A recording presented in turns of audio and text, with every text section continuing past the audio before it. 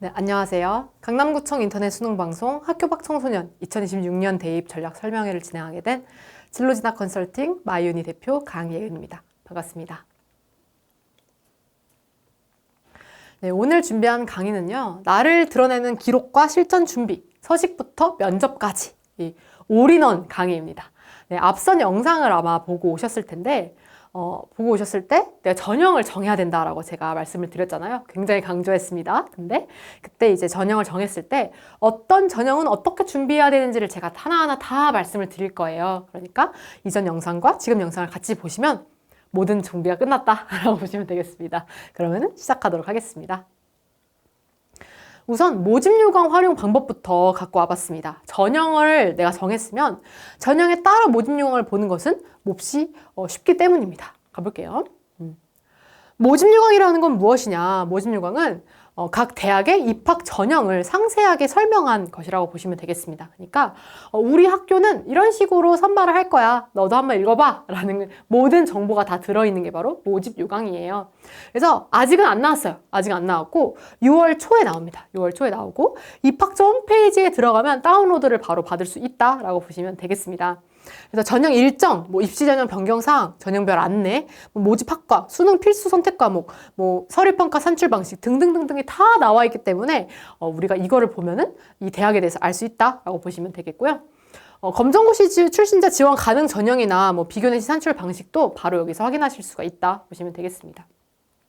어떻게 들어가냐? 땡땡 대학교 입학처를 검색하시는 겁니다. 이 대학교는 어떠한 상관도 없고요. 그냥 한번 쳐본 거예요. 그래서 땡땡 대학교 입학처라고 치시면은 여기에 그 입학본부 또는 입학처가 나와요. 그래서 수시모집, 정시모집, 편입학 등등등등 이렇게 나와 있고요. 여기 보시면 수시모집에 이제 모집 요강, 공지사항 등등에서 여기 이 배너를 클릭하시면 된다라고 보시면 되겠고요. 여기 모집 요강 보이시죠? 바로 여기입니다. 네, 여기에요. 그래서 모집 요강을 다운로드 받으시면 됩니다. 여기서 퀴즈! 만약에 내가 들어갔을 때 2025학년도 수시 모집 요강이로 나와 있다. 보면 된다, 안 된다? 안 됩니다, 여러분. 안 돼요. 우리는 26학번 될 거잖아요. 그쵸? 26학번 될 거면 26학년도 모집 요강이 나와 있어야 됩니다.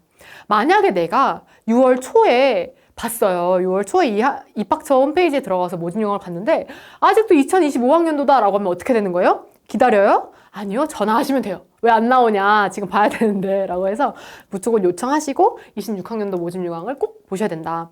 올해랑 작년은 너무 많이 달라지기 때문에 반드시 올해 걸로 보셔야 돼요. 근데 보시면 이제 변경 사항이라든지 전형별 안내 등등등이 나와 있는데 제가 왜 전형을 먼저 정해야 되는지 말씀드렸죠? 바로 교과, 종합, 실기 이런 식으로 나눠져 있기 때문에 내가 정한 부분만 보면 돼요. 다른 건 보지 않아도 됩니다. 내가 정한 부분만 보면 되기 때문에 그렇게 살펴보시면 되겠습니다.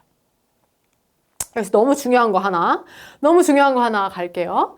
제가 6개를 정해야 된다고 말씀드렸잖아요. 그때 학생부 교과에 여러 가지 전형이 있다. 종합에 여러 가지 전형이 있는데 그 중에서도 검정고시로 지원 가능한 전형만 볼 수 있다라고 제가 계속 말씀드렸잖아요. 그겁니다. 내가 지역균형을 쓰고 싶어. 그래도 검정고시는 못 쓰는 거예요. 나는 검정고시를 봤으니까. 그래서 내가 6개를 2학기에 다 쓴다라고 하면 검정고시로 교과 성적 우수자 쓰고 그리고 자기 추천, 기회균형, 사회통합 내가 만약에 여기에 해당된다라고 하면은 각각을 쓸 수 있겠다라고 보시면 되겠습니다. 이해되셨죠? 그래서 너무 중요한 부분, 내가 쓸 수 있는 부분을 확인할 수 있는 게 바로 모집 요강이다 보시면 되겠습니다. 그런 익숙한 슬라이드가 나왔어요. 바로 1강에서 제가 말씀드렸던 대입 전형에 대한 슬라이드인데요. 오늘 우리가 이 전형을 고른 것로 전제하고 각각을 어떻게 준비하면 되는지 서식부터 면접까지 저랑 함께 가보겠습니다. 네, 첫 번째는 교과 전형 지원 전략이에요. 교과 전형은 제가 뭐라 그랬어요? 1강에 성적으로만 가는 거다. 수능 최저학력 기준이나 면접이 있을 수도 있고 없을 수도 있다 라고 말씀드렸는데요. 가볼게요. 우선 교과 전형으로 갈 수 있는 학교는요, 제한되어 있어요. 왜냐면 서울 상위권대학은 교과 전형으로는 선발을 잘 안 하려고 하고요. 종합 전형으로 많이 선발을 하려고 합니다. 그래서 제가 아까 말씀드렸죠. 내가 서울 상위권대학 가고 싶다 하면 종합이나 실기나 논술 써야 된다고 제가 1강에서 말씀을 드렸는데, 그 뜻이 바로 이거예요. 정말 여러 개의 대학이 수도권에 있지만 여기 화면에 나온 학교들만 검정고시로 교과 전형을 선발을 합니다. 제가 그걸 모아놓은 거예요. 마찬가지로 2025학년도 기준입니다. 제가 라이브 때 더 자세히 올해 거는 설명드릴 수 있을 것 같습니다. 우선 강서대부터 성공회대까지 가나다 순으로 제가 정리를 했고요. 여기 보시면은 가는 지역이 있고 전형명이 있어요. 만약에 내가 기초생활수급자나 이런 데 해당이 안 되는 경우에는, 일반 전형인 경우에는 여기에 해당하는 전형만 쓸 수 있다라고 보시면 되겠습니다. 아시겠죠? 그리고 선발 방법은 여기 면접에 써 있으면 면접이 있는 거예요. 그리고 여기 만약에 5배라고 써 있다라는 거는 1단계, 2단계로 따로 뽑겠다는 거예요. 1단계는 한 10명 뽑으면 50명 정도를 선발을 해요. 이게 5배니까. 그리고 2단계 때 면접 30%를 통해서 이 40명을 다 내가 불합격시키겠다라는 의미가 되겠습니다. 그래서 보는 방법을 설명을 드렸고요. 만약에 여기에 출결이 써 있다라고 하면은 우리한테는 그렇게 유리한 학교는 아니에요. 그냥 출결을 반영한다는 거는 우리는 보통 검정고시 성적을 이렇게 보잖아요. 검정고시 성적에 따라서 1점이나 2점씩 이렇게 깎게 돼요. 깎게 되는데, 그래서 출결이 10% 정도 반영된다라고 이렇게 명시가 되어 있는 학교는 내가 내 검정고시 성적에 따라서 조금 깎이겠구나 라고 생각을 해주시는 게 맞습니다. 그리고 수능 최저. 수능 최저는요, 그냥 여기 써 있으면은 보는 거고 안 써 있으면 안 보는 거예요. 그리고 반영은 중요한 거.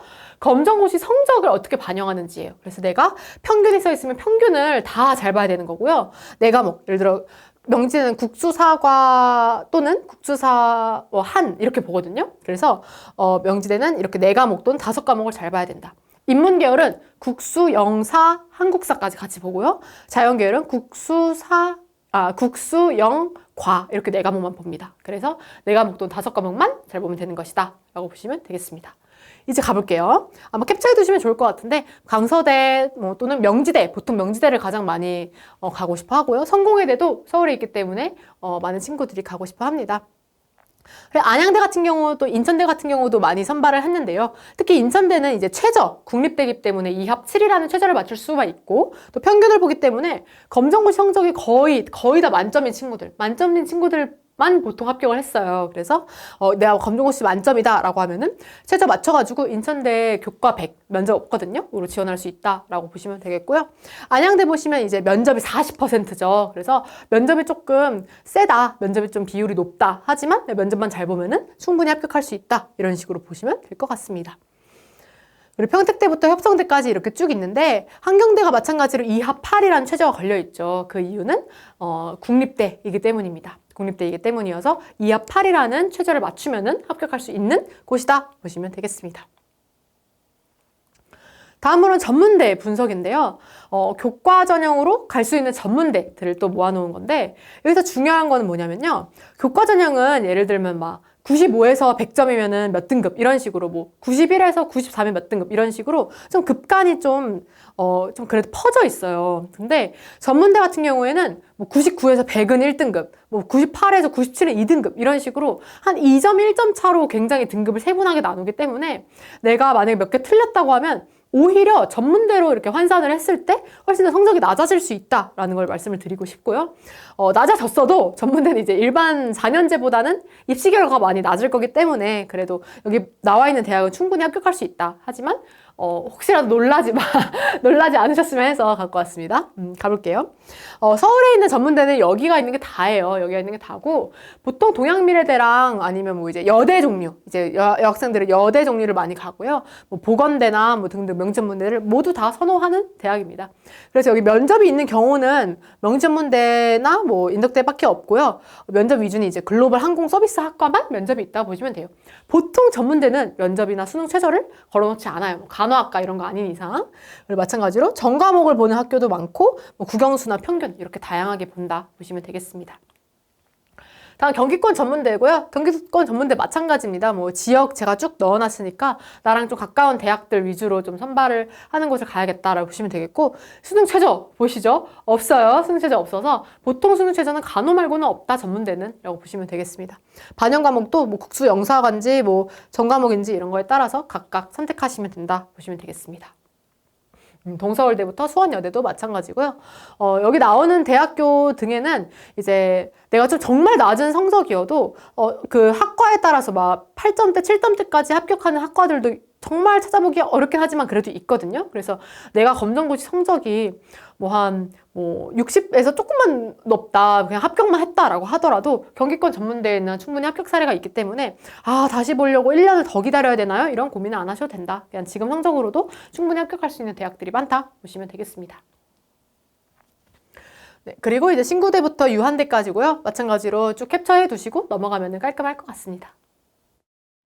경기권 전문대, 인천 전문대고요. 인천 전문대 중에서 가장 많이 선호하는 거는 이제 뭐 인하공전이나 뭐 경인여대 이렇게 선호를 하고요. 뭐 교과 100으로 선발을 하기 때문에 마찬가지로 평균만 좀 잘 받으면은 합격할 수 있다 보시면 깔끔하겠습니다.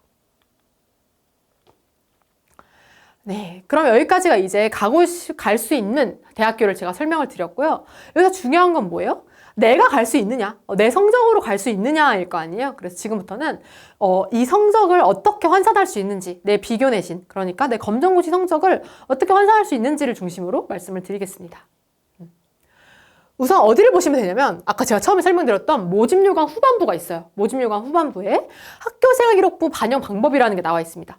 바로 거기만 보시면 돼요. 다른 데는 안 봐도 됩니다. 다른 데 안 봐도 되고요. 그래서 여기 학교생활기록부 교과 반영 방법이라는 부분이 나와 있는데 막 고등학교 성적 반영 방법이나 뭐 해외고 어떻게 해야 되냐 이런 반영 방법에 그 다음에 나와 있어요. 그래서 그 주변 표가 여러 개 제시되어 있는 부분 주변을 보시면 된다라고 보시면 되겠고요. 이제 검정고시 출신자 교과 성적 산출 방법이라고 나와 있습니다. 만약에요, 여러분이 보는 모집 요강에 이게 안 나와 있다라고 하는 어떤 학교일까요? 약간 뭐 좀 무심한 학교일까요? 아니에요. 그냥 종합으로만 선발한다는 거예요. 이해되셨죠? 그래서 만약에 내가 보는 모집 요강에 이런 게 나와 있지 않다라고 하면은 다시 제가 아까 보여드린 표 있죠? 이 표를 확인해 보시면 여기가 아니구나를 알 수 있으실 겁니다. 아시겠죠? 그래서 안 나와 있어요 라고 당황한 친구들 많은데 아니다. 그냥 안 뽑는 거다 라고 생각해 주시면 깔끔합니다. 네.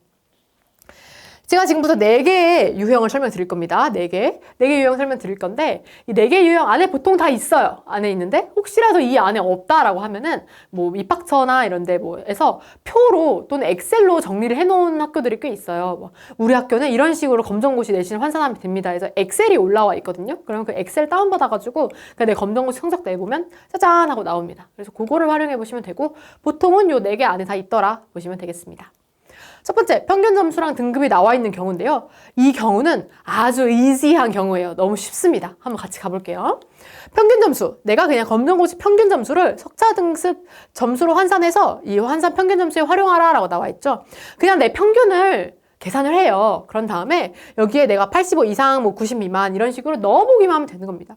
만약에 내가 예를 들어 평균이 89.14 정도 나왔다라고 생각해 보시면은 89.14면 어디예요? 여기죠? 그럼 나는 5등급이구나 라고 생각하면은 끝나는 겁니다. 이게 되셨죠? 환산은 끝났는데 뭐가 안 끝났죠? 미련이 남습니다.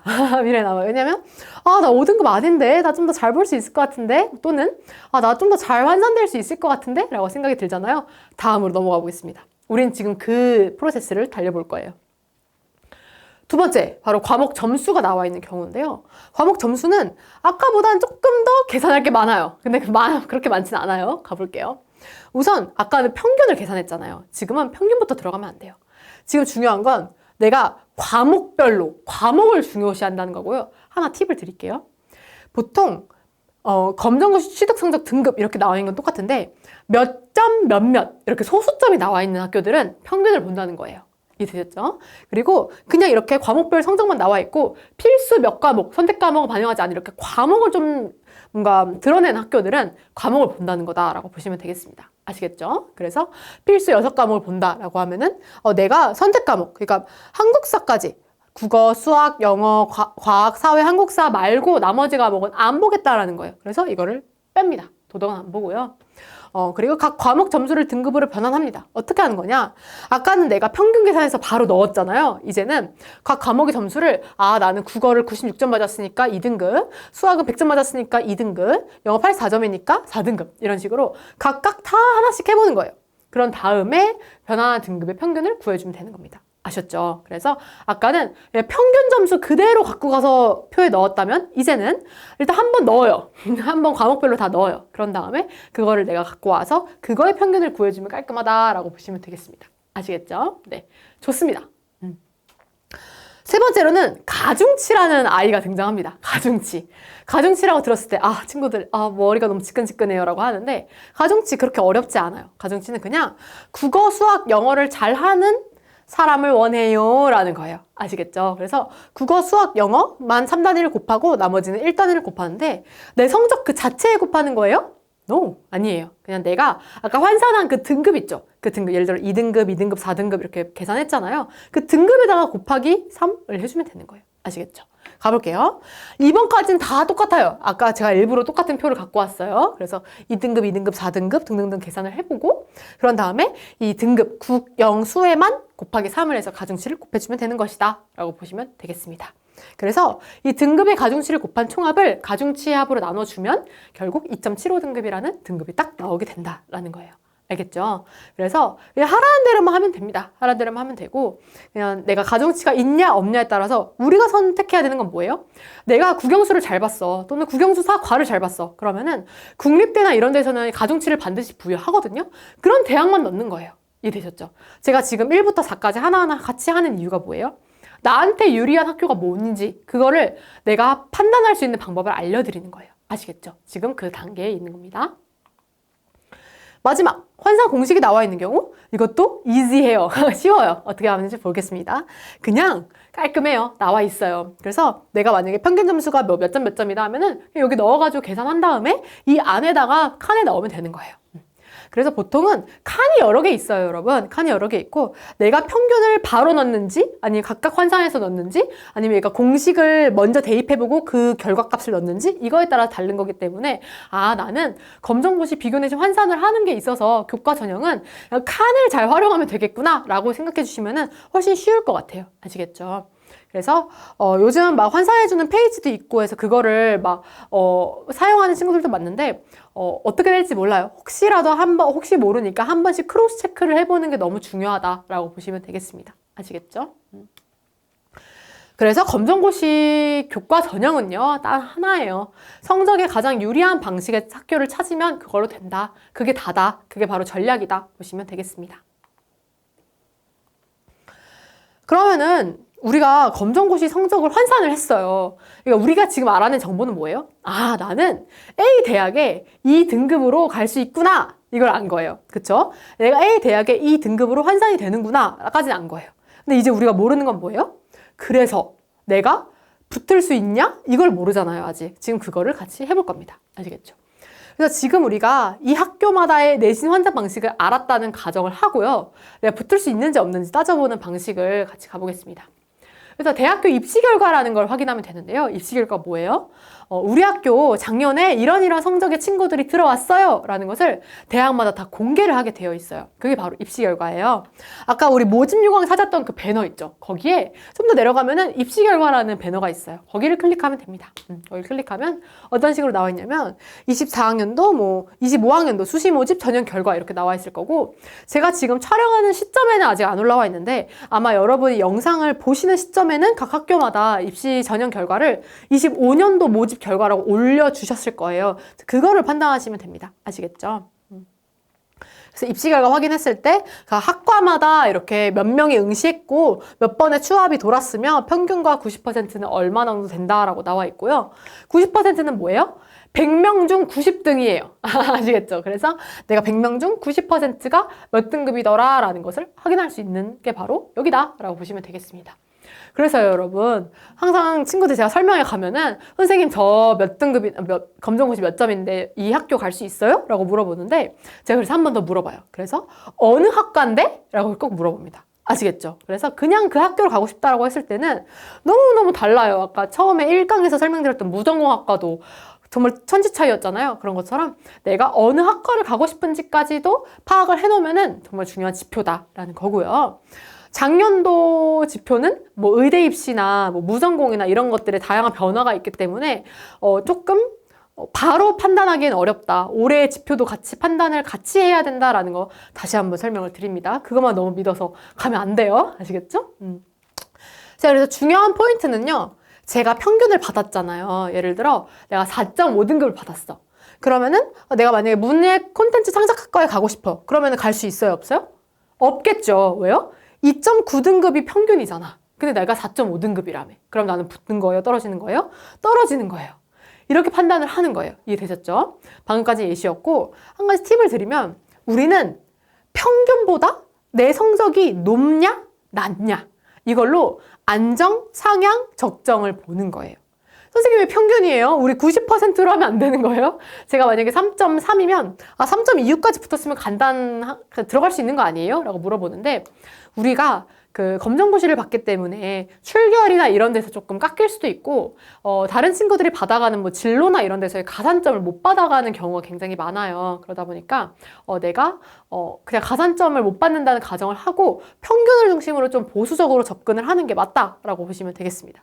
반드시 중요해요. 보수적으로 봐야 돼요. 그래서 내가 평균이 한 2.5다 하면 지원할 수 있는 거고요. 그럼 내가 적정으로 지원할 수 있는 거고 내가 좀 아슬아슬하다 한 3.2가 평균이다 라고 하면은 약간 상향으로 보고 지원을 하는 게 맞다라는 겁니다. 아시겠죠? 그래야지만 교과를 잘 지원하고 합격도 많이 한다 보시면 되겠습니다.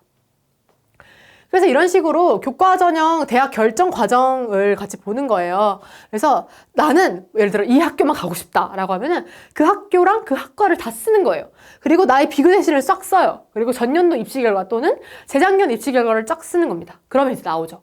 내가 이 학과는 안 되겠구나. 이 학과는 되겠구나. 이런 식으로 해서 판단할 수가 있는 겁니다. 이해되셨죠? 그래서 내가 판단할 수 있는 지표는 이렇게 공개가 되어 있다라는 거고요. 중요한 거 하나 팁 드릴게요, 여러분. 보통 입시는요, 핑퐁 게임이에요. 핑퐁 게임이 뭐냐? 어떤 연도에 잘했어. 입시 결과 좋았어. 그러면은 다음엔 낮아져요.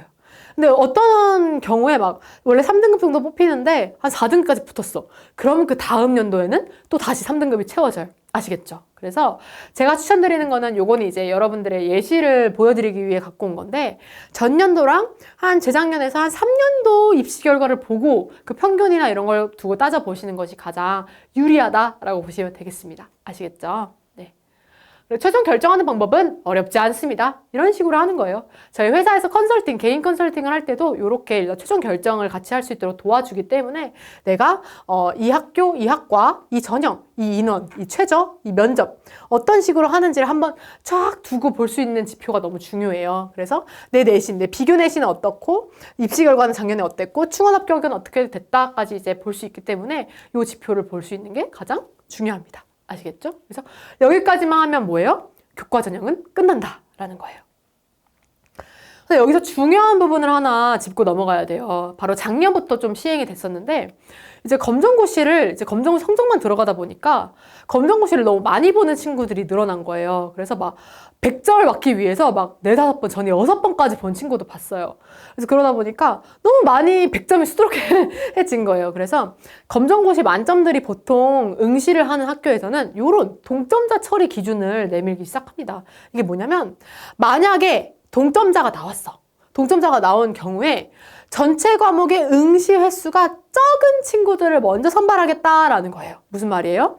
검정고시 6번 본 친구랑 검정고시 3번 본 친구가 같이 동점이야. 물론 동점이겠죠. 100점이니까. 근데 그러면은 3번 본 친구를 선발하겠다라는 거예요. 아시겠죠? 그래서 어떤 친구들이 좀 눈여겨봐야 되는 정보냐면 하나씩 2개씩 보는 친구들 있잖아요. 내가 만점을 목표로 이번엔 이 과목만 공부한다. 다음에 저 과목만 공부한다 해서 여러 번 보는 친구들이 있는데 그 친구들의 경우에는 적어도 한 3번 이내에 보는 게 아마 이거 인천대 모집요강이거든요. 인천대에서 나 이런 국립대를 붙을 때는 조금 효과적이겠다. 작년에 여기가 처음으로 시도를 했기 때문에 올해는 더 많은 학교에서 이 동점자 처리 기준을 아마 모집요강에 내걸 거예요. 그래서 그거를 같이 참고를 해야 된다. 이거 너무 중요하다. 아시겠죠? 그래서 작년부터 시행한 거고 올해 많이 시행할 거다. 라는 겁니다. 여기까지예요. 뭐가? 교과 전형. 만약에 교과 전형만 6개 아까 쓴 친구들 있죠? 그 노트에 내가 교과 6만 써있다? 끝났어요. 이게 다예요. 이것만 하고 9월에 원서 접수하면 끝입니다. 아시겠죠? 그래서 이렇게 정리하다 보면은 6개 학교를 고를 수가 있어요. 그러면 그 학교가 어떻게 잘 갈 수 있는지 그냥 뭐 커뮤니티나 이런 데 찾아보고 이렇게 하면서 이제 시간을 보내면 된다. 면접이나 수능 최저를 준비하면 됩니다. 아시겠죠? 다음으로는 종합전형이에요. 종합전형. 제가 뭐라 그랬죠? 종합전형은 뭘 준비해야 된다 했어요? 학교 생활기록부나 학생부 대체서식이나 청소년 생활기록부를 무조건 준비해야 된다고 했어요.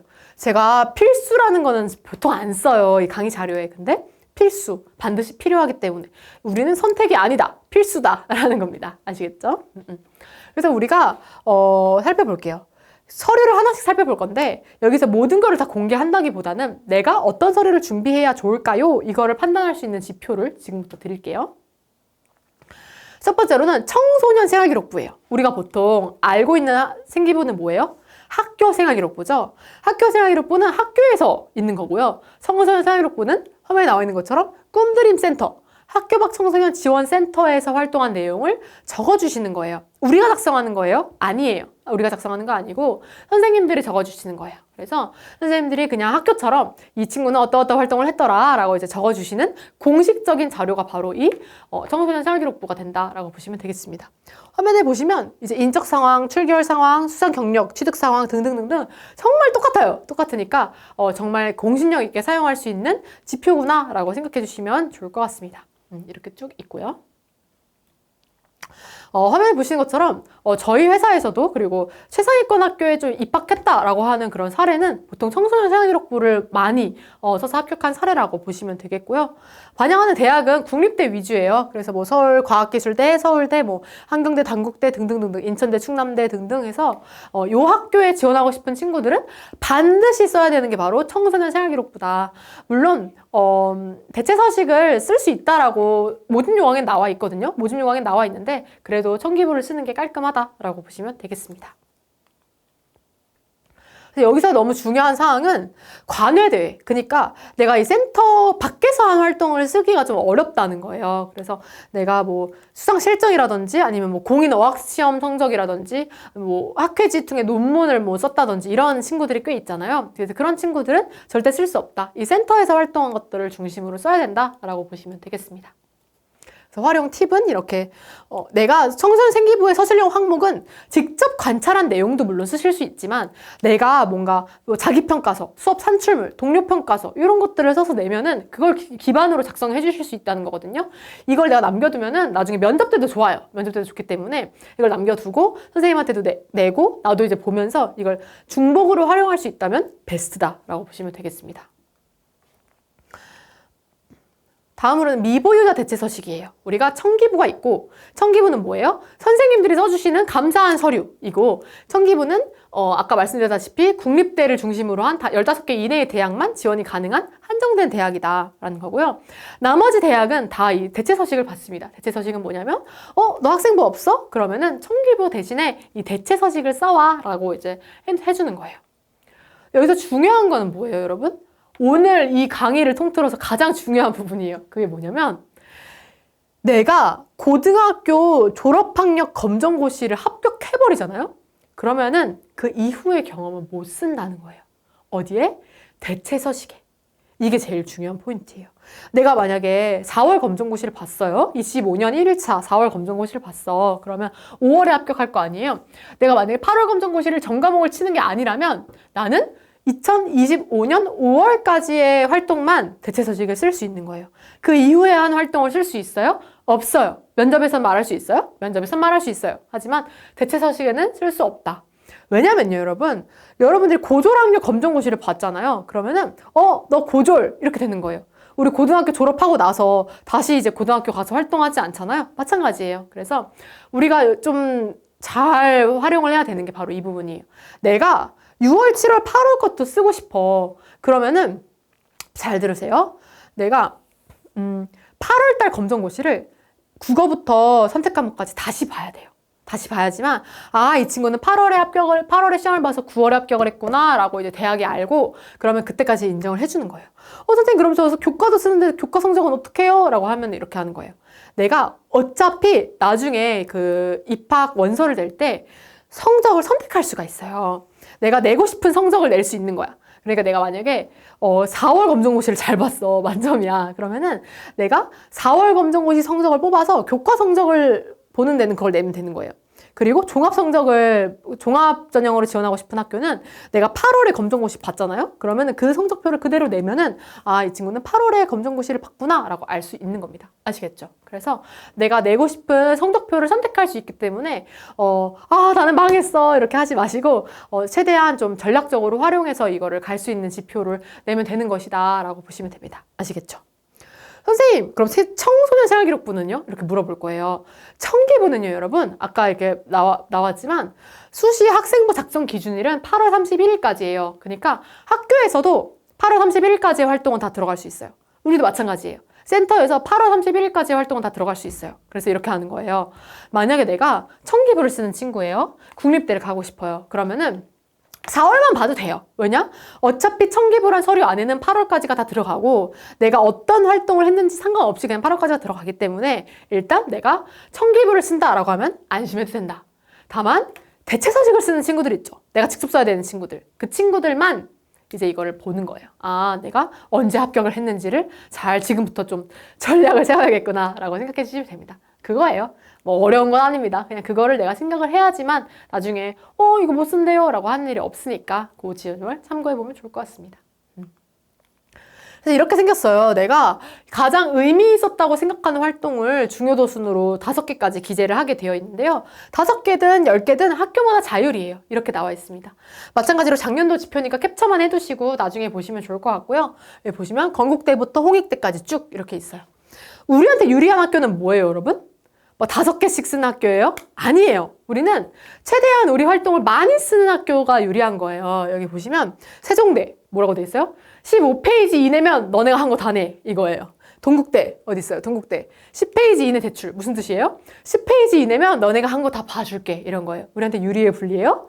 유리해요. 많이 붙었어요. 아시겠죠? 그래서 내가 활동이 좀 많다 하는 친구들은 반드시 참고를 해보면 좋은 그런 지표가 되겠습니다. 이해되셨죠? 그리고 여기에 보면은 300자, 50자, 100자 이렇게 있는데 당연히 글자 수가 많은 학교가 좋긴 하겠죠. 하지만 우리가 좀 더 중요하게 봐야 되는 거는 활동 개수가 좀 많은 학교들이 더 많이 선발을 하고 붙더라, 합격을 하더라 라고 보시면 되겠습니다. 선생님 그러면 10페이지 이내면은 어떤 식으로 선발을 하는 거예요? 라고 이제 궁금할 텐데 이게 모집 요강이거든요. 증빙자료 목록이 5건 이상인 경우 연번을 추가해라 라고 이렇게 나오는 거예요. 그러니까 내가 원하는 만큼 뭐 19번이든 20번이든 뭐 30번이든 추가를 해서 빽빽하게 채워서 내도 상관없다. 15페이지 이내면 충분하다라는 거를 설명해 놓은 지표다라고 보시면 되겠습니다. 아시겠죠? 좋습니다. 다음은 교대입니다. 교대. 교대는 어떨까요? 교대가 제가 처음에 그 1강에서 말씀드렸을 때 교대는 교과로 안 뽑아요. 종합으로만 가야 됩니다. 라고 제가 1강에서 말씀드렸죠. 마찬가지입니다. 그래서 경인교대부터 춘천교대까지 있는데 활동 개수가 제한이 없는 학교가 있고요. 그리고 한 10개나 5개로 이렇게 줄어든 데가 있어요. 그리고 글자 수도 기재가 안 되어 있다는 건 뭐냐면 제한이 없다라는 거예요. 그쵸? 제한이 없다라는 거고 그래서 뭐 10페이지 이내 제한 없음 뭐 10페이지 이내 이런 식으로 쭉 쓸 수가 있다라는 겁니다. 아시겠죠? 그래서 내가 교대를 지원하는 경우에도 합격 사례가 충분히 있으니까 어디에 가야 되겠다라고 생각을 하면은 충분히 가능하다 보시면 되겠습니다. 그래서 여러분들이 이제 보게 될 서류는 2026학년도 학교생활기록부 대체서식 이렇게 나와 있는 걸 이제 보실 수 있고요. 그래서 뭐 학교생활기록부 대체서식은 활동 일자, 활동 내용, 활동 기관만 쓰면 되는 겁니다. 기관도 예를 들어 땡땡시 꿈드림센터, 예를 들어 강남구니까 뭐 강남구 꿈드림센터 이렇게 쓰는 게 아니라 우리 기관도 그냥 그 이름을 블라인드 처리해야 돼요. 기관이 어디 소속되어 있는지. 그래서 그냥 센터, 기관 이런 식으로만 쓰면 되고 학교 이런 식으로 쓰면 됩니다. 아시겠죠? 그래서 내가 한 활동 내용이랑 발행 기간만 쓰면 된다. 그래서 생각보다 대체서식도 어렵지 않아요. 그냥 내가 뭘 했는지만 써서 내면 된다. 그래서 막 많이 중요한 거 아니에요? 라고 하는데 괜찮습니다. 그리고 제가 오늘 예시도 보여드리고 팁도 드릴 건데 어떻게 하면 되느냐 같이 보실게요. 학생부 대체서식은요. 어떻게 쓰면 되냐? 어떻게 써야 붙었냐? 라고 물어보신다면 내 진로가 보이면 돼요. 선생님 여기 무슨 점성술사도 아니고 진로 어떻게 보입니까? 라고 할 텐데 진로가 그냥 이 안에 보이면 되는 겁니다. 같이 보실게요. 우리가 대입 트렌드를 좀 정리해봤을 때 어땠어요? 대체 서식을 만들어 갈 때 내 스토리를 보여주면 되는 거잖아요. 봐봐요. 고교학점제도 시행돼요. 내신 수능 체제가 변화돼요. 그러면 내 자율 선택, 내가 어떤 선택을 하는지를 대학에서 보는 거구나. 오케이, 다음. 학생부 종합전형에서 추천서나 자기소개서를 폐지했다라는 거는 어떤 거예요? 너네가 쓸 수 있는 그 서류, 대체 서식이나 성기부만 보겠다라는 거죠. 오케이, 패스. 다음, 수상, 봉사, 독서, 자율동아리를 제외했다는 건 무슨 뜻이에요? 너네가 어떤 책을 읽었건 어떤 봉사를 많이 했건 그것보다는 너네가 어떤 수업을 듣고 어떤 수업에서 어떤 발표를 했고 너네는 스토리를 듣고 싶은 거야 라는 거잖아요. 오케이, 패스. 다음, 블라인드 면접 강화됐죠? 그러면 내가 어디서 무엇을 했는지, 그 어디서나 그런 게 중요한 게 아니라는 거예요. 그냥 내가 무엇을 했는지가 중요하다는 거예요. 이해되셨죠? 그래서 결국에 보고 싶은 거를 정리하면 이렇게 하나씩 이렇게 솔팅해서 정리가 되면 그냥 내가 나의 강점, 나의 스토리를 설명할 수 있는 서류가 최고다라고 보시면 되겠습니다. 그래서 여러분이 대체 서식은 내 진로 결정 과정 또는 내 진로를 결정했을 때 그 이후의 활동을 최대한 보여줄 수 있으면 된다입니다. 가볼게요. 대체 서식 작성 방법입니다. 대체 서식 작성 방법 중에서 제일 중요한 건 뭐예요? 검정고시 합격일 이전까지의 경험이 중요한 거다. 그 이후의 경험은 보질 않는다라는 거고요. 제가 추천하는 거는요. 그 두 가지예요. 일단 내 진로 결정 과정에 먼저 반영되는 게 맞고요. 만약에 그게 조금 진로 결정 과정을 진로 관련된 활동이 여러 개다라고 하면은 인재상을 중심으로 정리하는 게 맞습니다. 이따 설명드릴 거고요. 그래서 내가 어떻게 준비를 해놓는 게 좋냐? 일단 활동 계기, 어떻게 했는지, 그리고 어떤 성과, 뭘 내가 했는지, 그리고 느낀 점, 내가 뭘 느꼈는지 요 세 가지 순서대로 먼저 정리만 해둬도 끝. 많이 한 거예요. 그게 정말 80% 한 거예요. 아시겠죠? 그래서 그렇게 보시면 되겠습니다. 첫 번째 스텝, 현재까지의 활동 정리예요. 제가 양식을 갖고 왔어요. 양식은 그냥 기간, 경험, 계기, 내용, 성과, 역량 이런 식으로 한 여러 가지를 갖고 왔는데 제가 추천드리는 거는 역량은 필요 없어요.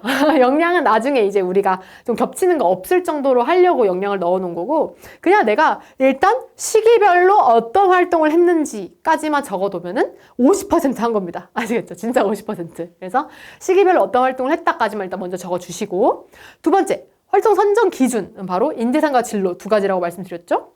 첫 번째는 인재상이에요. 내가 중요한 건 여러분 6개의 학교를 내가 만약에 종합으로 쓴다 했잖아요. 그러면은 6개 학교를 다 똑같이 내는 게 아니에요.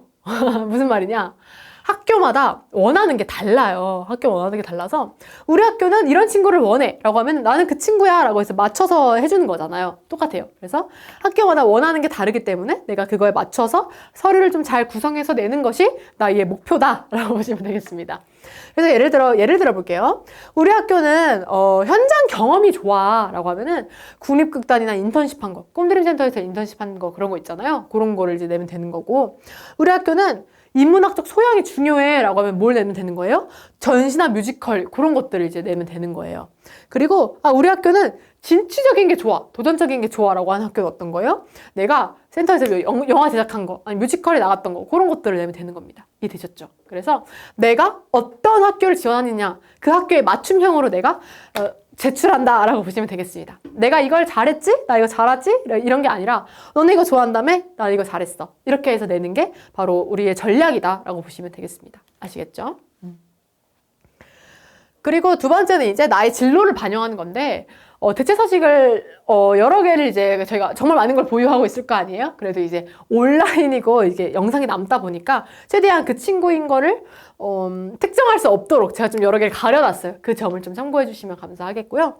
내가 만약에 기자야, 꿈이 기자야. 그러면 기자 관련해서 쫙 쓰면 되는 거 아닙니까? 그렇게 쓰면 되는 거예요. 그래서 정책 기자로서의 역량 함양을 위해 사회 모니터링을 지속적으로 진행했다. 아동 권리의식과 참여권의 연관성을 분석하여 이에 대한 개선 방향을 어떻게 해서 진정 신청했다. 이렇게까지 내서 100자를 채워서 내면 되는 겁니다. 아시겠죠? 엄청난 활동이에요? 아니에요. 그냥 아동인권 모니터링 활동, 그 꿈드림 센터나 이런 데서 많이 하잖아요. 그걸 그냥 쓰면 되는 겁니다.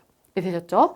두 번째, 이 친구도 아까 똑같은 기자라는 꿈을 갖고 가잖아요? 갖고 가는 겁니다. 그래서 홍보기사 작성, 동아리 인터뷰를 기반으로 뭐 정치 참여의 필요성 및 뭐 신문을 발간했다. 언론의 중요성을 실감했으며 뭐 시민의 참여를 이끄는 기자가 될 것을 다짐했다. 이런 식으로 쓰면 되는 겁니다. 아시겠죠? 그래서 어떻게 해서든지 기자랑 엮는다? 이렇게 생각하지 마시고 그냥 이걸 내가 원하고 있어. 그래서 이런 활동도 한번 해봤어. 이런 식으로 좀 브리핑북처럼 생각해 주시면은 조금 더 부담이 줄어들 것 같아요. 어떻게 해서든지 엮으려고 하면은 힘들거든요. 그러지 말고 그냥 이런 식으로 내가 한 활동을 보여준다. 좀 그 얼기설기 이야기를 엮어서 보여준다라고 생각하시면 깔끔할 것 같습니다. 그래서 이런 식으로 좀 잘 정리를 해보다 보면은 대체서식을 작성할 수 있는데 대체서식에서 가장 중요한 건 뭐예요?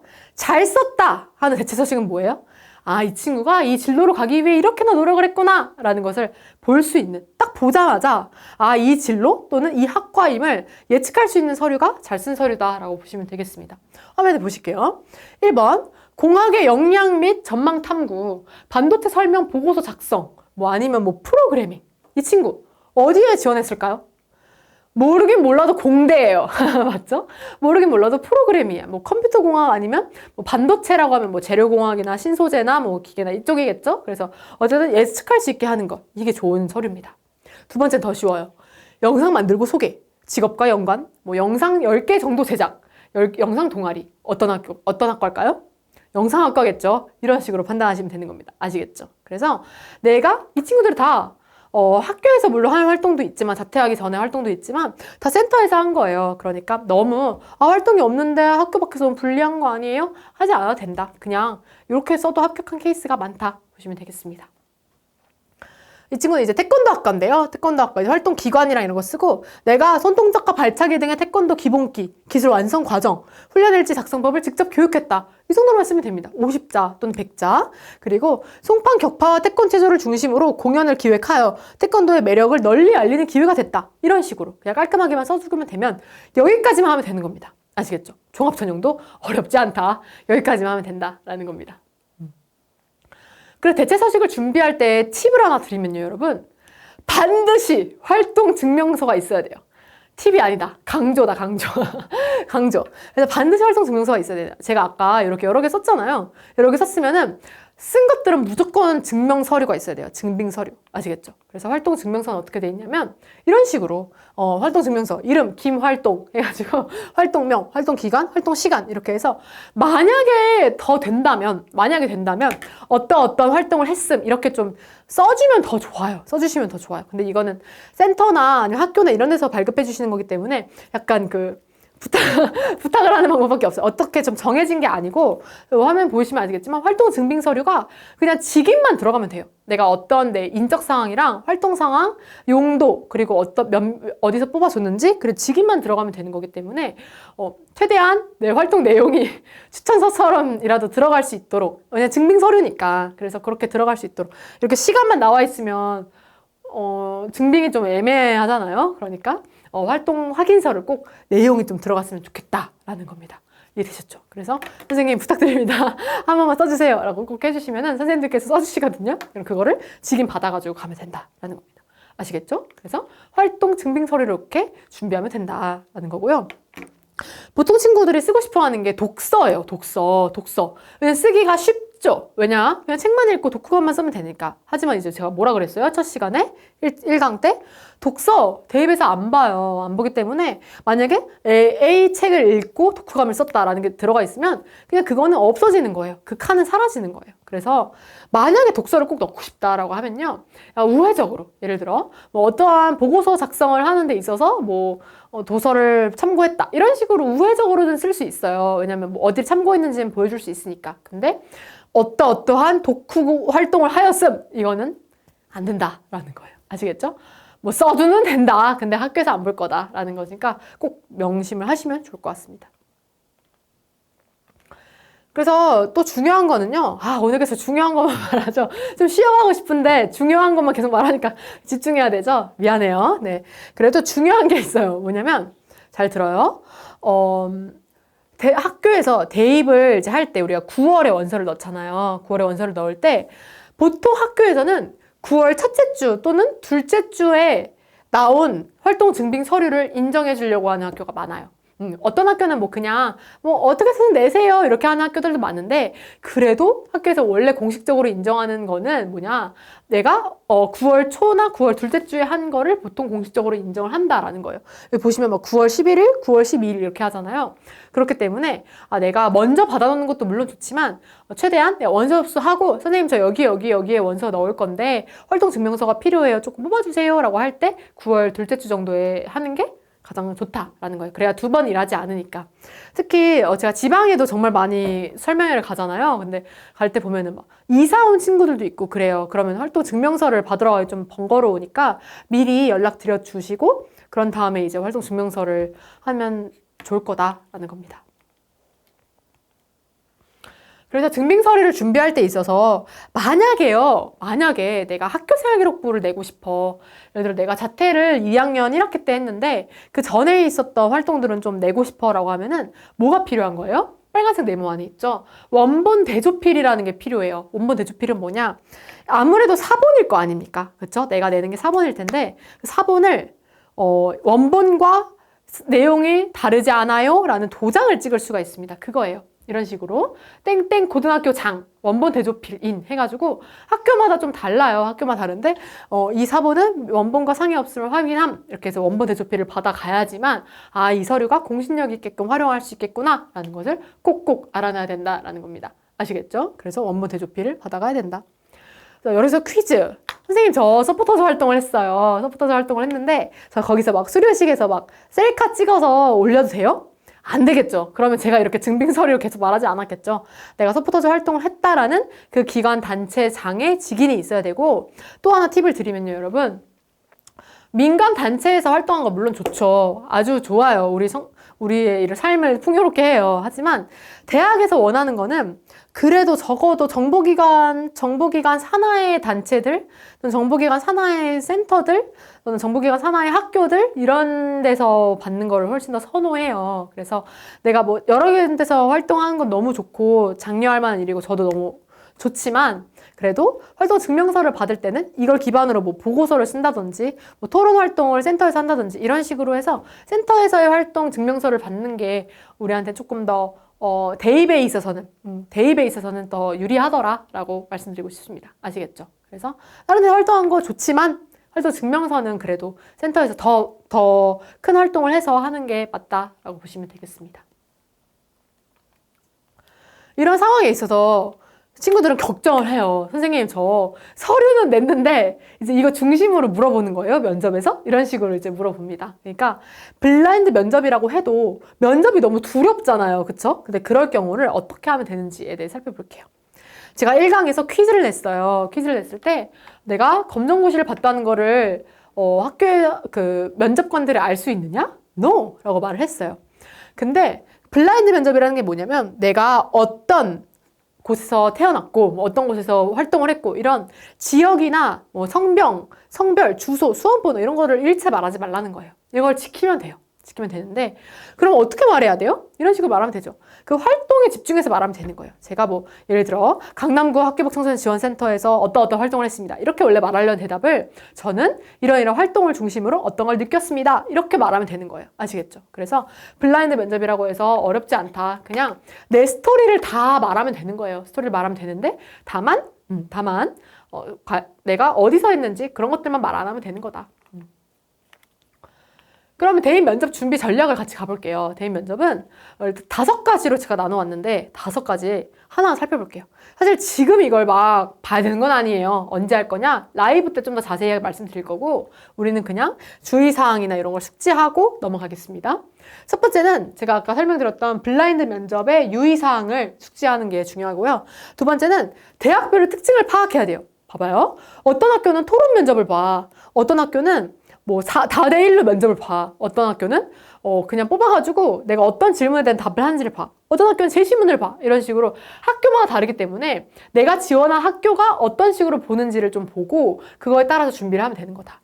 세 번째는 기본 문제가 있어요. 기본 문제. 예를 들어 자기소개, 내 장단점은 무엇인지, 내가 왜 이 학과에 지원했는지, 이 학과 인재상을 알고 있는지 이런 것들이 있거든요. 제가 이따 라이브 때는 공개를 할 거예요. 그 기본 문항을. 그래서 그런 것들을 보고 장단점을 같이 보면 된다라는 거고요. 네 번째, 서류 기반 또는 경험 기반으로 문항을 추출하는 거예요. 지금 이제 대체 서식을 다 준비를 했잖아요. 그럼 그거에 맞춰서 문항을 추출해가지고 내가 직접 이제 준비를 해보는 거죠. 아, 이게 이제 중요하구나. 아, 이걸 이제 말해야겠구나. 이런 식으로 준비를 하고 마지막으로 계속 모의 면접을 보다 보면은 끝난다라는 겁니다. 아시겠죠? 그래서 모의 면접을 쭉 보고 나면은 면접 준비는 할 수 있다. 지금은 아직 준비할 단계는 아니다. 아직 4, 5월이니까. 라는 겁니다. 여기까지가 종합 전형 준비 전략이었어요. 어떤가요, 여러분? 막막한가요? 그럼 안 돼요. 아시겠죠? 막막하지 않도록 해주려고 차근차근 쪼개갖고 설명을 드린 거니까 그냥 차근차근 제가 오늘 어차피 이거 녹화 강의에 올라가서 계속 돌려볼 수가 있잖아요. 그러니까 한 번씩 돌려보면서 그냥 보면은 할 수 있습니다. 아시겠죠? 넘어가겠습니다. 다음으로는 논술, 실기, 정시 전형 지원 전략인데 왜 묶어놨을까요? 한 번에 빠르게 설명하고 넘어가기 위함이에요. 아시겠죠? 왜냐면 종합이나 이런 데는 아마도 많이 없을 텐데 논술, 실기, 정시는 준비하기 나름이라서 일단 빠르게 넘어갈게요. 논술은요, 여러분, 중요한 거. 이거 너무 중요한 거. 나한테 맞는 학교가 있어요.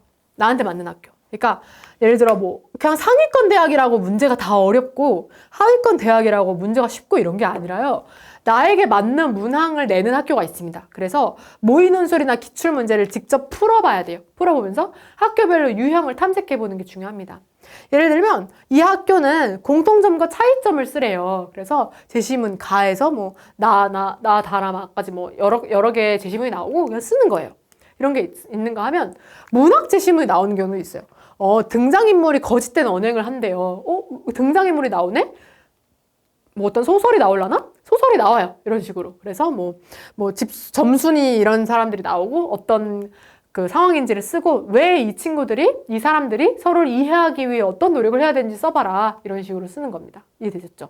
이런 식으로 나오는 학교도 있고, 그래프, 국내 국민연금 기금 전망, 생활보장 수급 현황 이런 식으로 나와가지고 국민연금이나 이런 거에 대해서 어떻게 그래프를 해석하시오 이런 식으로 나오는 경우가 있기 때문에 나한테 맞는 학교가 반드시 있다.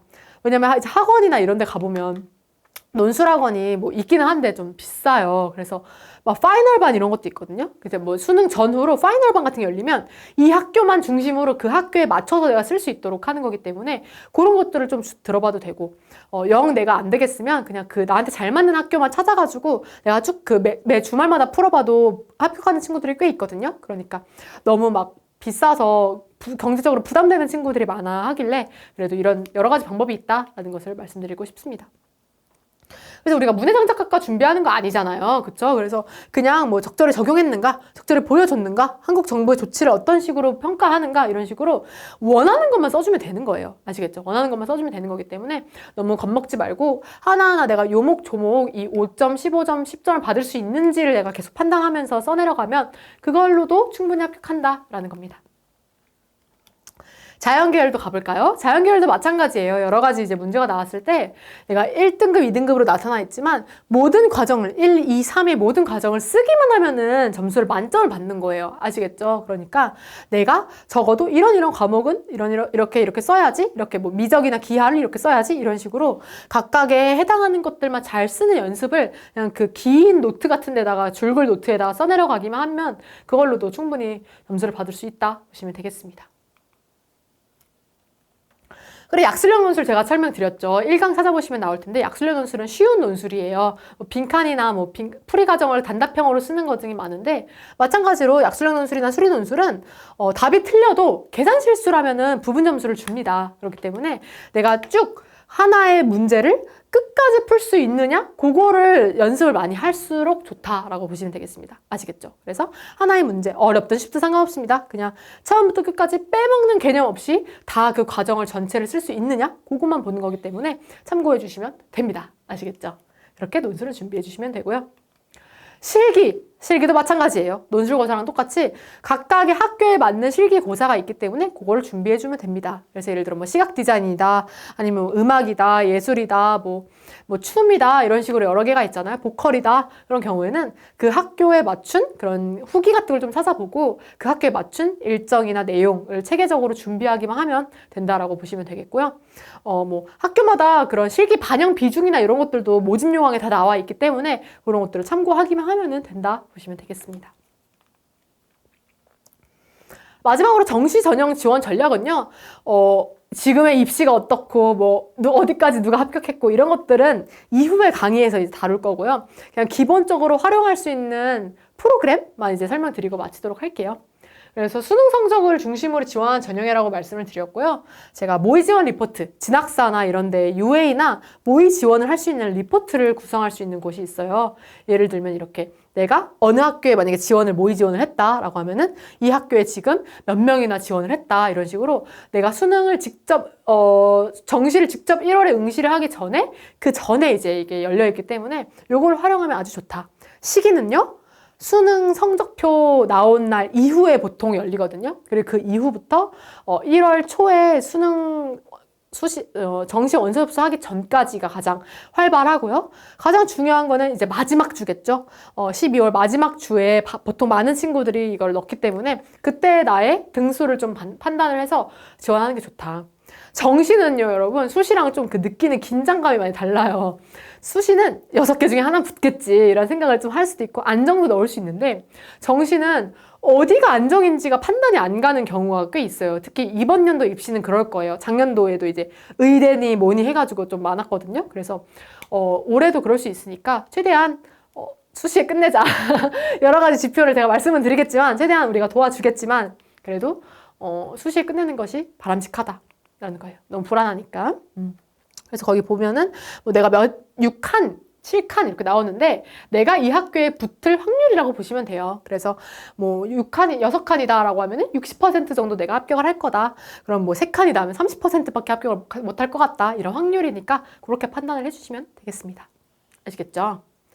좋습니다. 이제 마지막 단계예요. 이제 마지막 단계인데 여기까지 설명했을 때 아무리 무전공학과가 있다고 해도 학과를 못 정한 친구들이 너무 많아요. 더 많아지는 것 같아요. 제 생각에는. 그래서 학과를 그래도 선택을 해야겠다는 친구들의 경우에는 요 4가지 방법을 따르면은 4가지도 아니다. 2가지 정도만 따라도 그래도 내가 그래도 어디 계열을 지원할지는 그래도 알 수 있으니까 한번 참고를 해보면 좋을 것 같은데요. 보시면 이제 4가지 방법이 있는데 한 1번, 2번만 해봐도 돼요. 일단 그 전공 심리 검사를 진행하면 되는데 커리어넷이나 홀랜드는 제가 여태까지 말씀을 드렸는데 인사이트라는 데가 있어요. 인사이트라는 데서 대학 전공 선택 검사를 할 수가 있거든요. 여기 보면은 내가 선호하는 활동, 직업, 교과를 내 흥미랑 적성에 맞게 전공을 추천해 주는데 아래 올인원 서비스를 해줘요. 우리 보통 여태까지는 어땠어요? 내 진로가 어떻고 그 다음에 여기서 추천하는 학과는 한 이만큼이나 많았었잖아요. 근데 인사이트에서 하는 데는 뭐 그렇게까지 많은 돈을 내진 않아도 되는데 이런 식으로 나오더라고요. 내가 어떤 전공에 얼마만큼의 흥미가 있는지를 나오고 1순위부터 5순위까지 이렇게 나와요. 그래서 그 적어도 1에서 5순위 안에는 나의 흥미가 있을 거 아니에요. 그쵸? 그래서 뭐 이걸 당연히 다 믿어야 된다 이런 건 아니지만 뭐 법학, 약학 이런 식으로 적어도 나의 흥미와 관심을 5개로는 축소시켜 준다. 그래서 여러분들이 이제 대학 전공을 결정할 때 너무 좋을 것 같아서 일단 홀랜드, 커리어넷 이런 것도 물론 좋고 다 좋지만 많이 활용을 하지만 인사이트 검사도 좀 이렇게 뭐 내가 활동, 직업, 전공, 교과 선호도 이렇게 파악을 할 수 있기 때문에 이것도 아주 좋을 것 같습니다. 이것도 추천합니다. 그래서 뭐 법학 이렇게 하면은 졸업 후 관련 직원, 대학교에 졸업 후 관련 직업, 뭐 대학교에서는 뭐 학과, 교과, 고등학교에서는 선택 교과 이런 식으로도 추천을 해주기 때문에 아주 유용하게 활용할 수 있을 것 같아서 만약에 학과가 좀 자신 없다 하는 친구들은 요 인사이트 검사를 한번 해보면 너무 좋을 것 같습니다. 그런 다음에 여기서 나온 이제 법학, 약학, 이런 생명공학 이런 키워드를 여기에 넣어보는 거예요. 어디냐? 대입 정보 포털이라는 키워드 검색 기능이고요. 여기다 이제 키워드 검색에 넣어보시면은 뭐 법학 관련돼서는 이런 학과들이 개설되어 있습니다. 뭐 생명공학 관련돼서는 이 지역에 이런 학과들이 개설되어 있습니다. 이런 식으로 쫙 뜨거든요. 그래서 그런 걸 중심으로 보면 된다.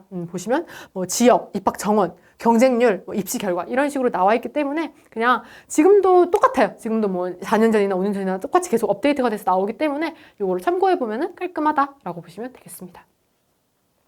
뭐 대학교 전공 안내나 뭐 더블 커리큘럼 들어가는 거는 추후의 문제고 일단 이 2개만 해봐도 여러분들 불안한 마음이 조금 가라앉는 데는 도움이 많이 될 것 같아요.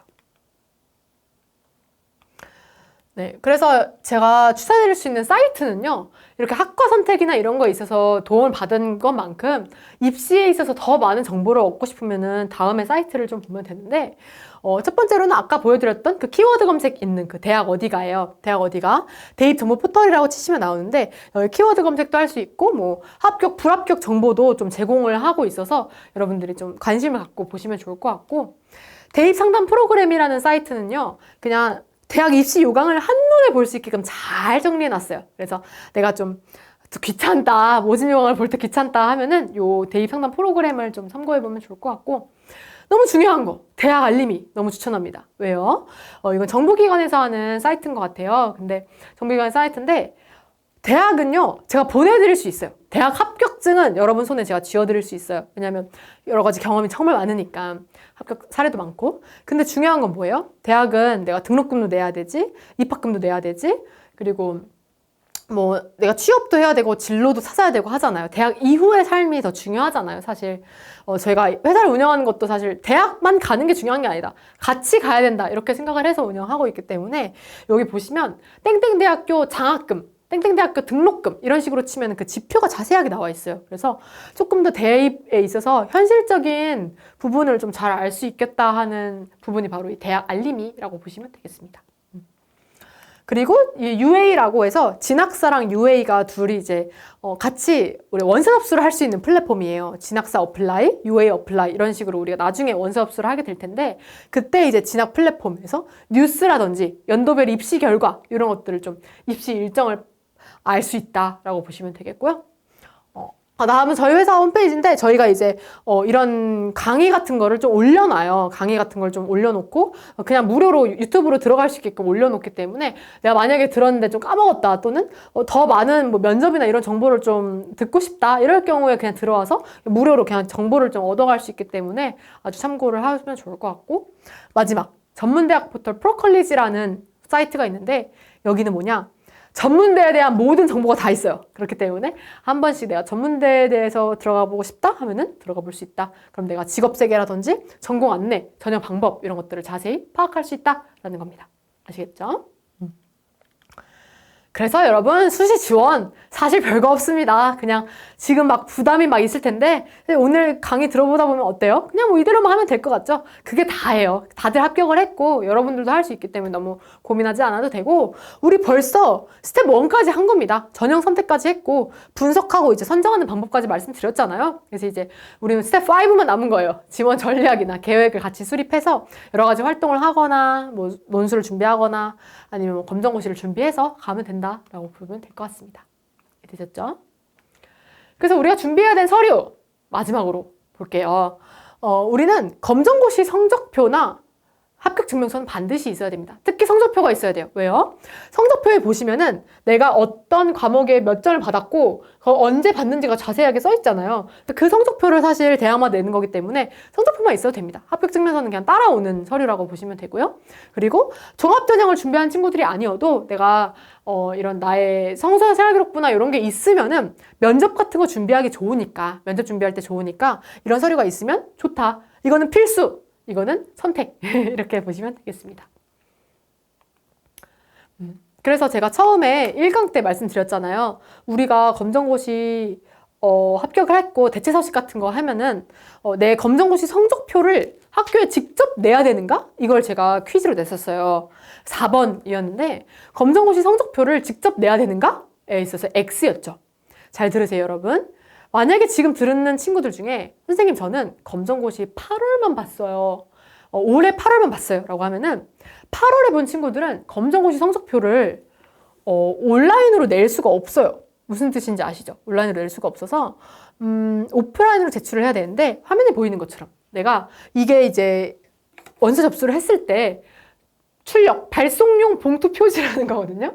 이게 뭐냐면 입학처 그 주소, 입학처 주소가 딱 찍힌 그런 봉투 표지예요. 그래서 내가 뽑기만 하면은 바로 이제 입학처로 가는 건데, 내가 어디서 저 주소도 어차피 그 입력하잖아요. 홈페이지에. 홈페이지 입력했을 때 주소가 찍히기 때문에 그냥 우표만 붙여서 내 성적표랑 내 그런 검정고시 합격 증명서만 넣어가지고 밀봉해서 보내주기까지가 바로 나의 원서 접수다라는 거예요. 이해되셨죠? 지금은 그냥 아 그렇구나 라고만 알아두시면 되고, 제가 이따가 나중에 그 합격 라이브 할 때 어떻게 해야 되는지 내가 자세하게 말씀드릴 거예요. 그래서 뭐 8월엔 뭐 해야 된다, 9월에 뭐 해야 된다 이렇게 설명드릴 테니까 일단 내가 여기 해당되는지 안 되는지만 생각해주고 넘어가면 된다라는 거예요. 이해되셨죠? 좋습니다. 그래서 여러분 이제 마지막입니다. 우리 뭐 해야 되는지 알고 점검하고 끝낼 텐데, 적어도 종합전형 준비하는 친구들은 8월이라고 써있지만 7월에 좀 대학을 정해서 어디에 내가 원서 넣고 어떤 활동을 할지, 어떤 활동을 좀 정리할지를 좀 7월에는 정해놔야 된다라는 거고요. 그리고 이제 8월까지는 서류 완성, 수시 원서 접수 진행하고, 원서 접수 이후에는 바로 면접 준비해야 되고요. 그리고 11월, 12월에 합격자 발표가 난다라고 간단하게 설명을 드릴 수 있을 것 같고, 지금 우리가 벌써 5월이에요. 그쵸? 5월인데 5월에는 괜찮아요. 5월에는 그래도 괜찮은데 6월부터 우리가 바빠요. 6월은 바빠서 일단 이제 합격자 발표가 날 거잖아요. 5월에. 그리고 6월에 대학교 모집 요강이 나타나요. 반드시 봐야 돼요. 반드시 6월 초에 대학교 모집 요강이 이제 대학별로 입학처 홈페이지 보는 거 제가 이 강의 처음에 설명드렸어요. 그걸 반드시 봐야 되고, 그리고 내가 만약에 검정고시 성적이 좀 안 좋아, 그럼 다시 봐야겠죠. 제2회 검정고시 신청도 있고, 내가 만약에 수능을 같이 준비하고 있어, 예를 들어 최저를 맞춰야 돼. 그럼 어떤 친구들은 육모도 봐야 되는 거예요. 아시겠죠? 그래서 5월은 워밍업, 봄 꽃도 있고 하니까 워밍업하고 6월부터 이제 본격적으로 좀 달려야 된다 하는 거고요. 7월에 이제 수험표 출력하고, 8월에 너무 바빠요. 8월에는 서류도 준비를 다 해야 되고, 검정고시도 봐야 되고, 그리고 뭐 제2회 검정고시 합격자 발표도 나오고, 수능 원서 접수도 있기 때문에 여러분이 8월에 가서는 너무 머리도 아프고 그럴 거예요. 좀 할 게 많을 거예요. 아시겠죠? 그래서 8월에 많이 준비를 해야 되고, 9월에 말씀드렸던 것처럼 수시 원서 접수를 하면 되고, 검정고시 합격 성적 증명서 온라인 제공도 9월 초에 해야 돼요. 이거는 지금 설명하면 너무 길어져가지고 제가 라이브 방송 때 따로 설명을 할 거고요. 어쨌든 증빙 서류도 준비가 완료되어 있어야 되는 게 바로 9월이다. 그리고 이제 10월에는 뭐 면접 보고, 논술 보고, 11월에 수능 보고, 12월에 뭐 하면 된다? 합격하면 된다 라고 보시면 되겠습니다. 아시겠죠? 그래서 오늘 이렇게 엄청나게 많은 정보를 쏟아내 봤는데, 대입이라는 게 정보만 알고 흐름만 안다면 사실 내가 차근차근 준비하면 되는 거기 때문에, 그리고 여러분 혼자 가는 길 절대 아니고 어떻게 해서든지 도움 드리기 위해서 강남구청 인강도 이렇게 강의도 만들어 주시고, 저도 계속 정보를 드리려고 노력을 하기 때문에 뭐 고민 있거나 아직 못하겠다 그러면은 뭐 메일이나 이런 거 주셔도 충분히 좋고, 이게 정보를 찾기가 좀 어려운 대입이에요. 특히 너무 많이 바뀌어서 학교 밖에서는 어떻게 해야 되는지에 대한 거를 제시하는 사람들이 없어요. 그러다 보니까 같이 함께 고민거리 풀어갈 거니까 너무 고민하지 마시고 저희랑 같이 하나씩 해보면 어떨까 싶습니다. 강의 이제 2개씩 들으셨을 텐데 듣는 너무 고생 많으셨고, 오늘도 좋은 하루 보내세요. 고생 많으셨습니다. 감사합니다.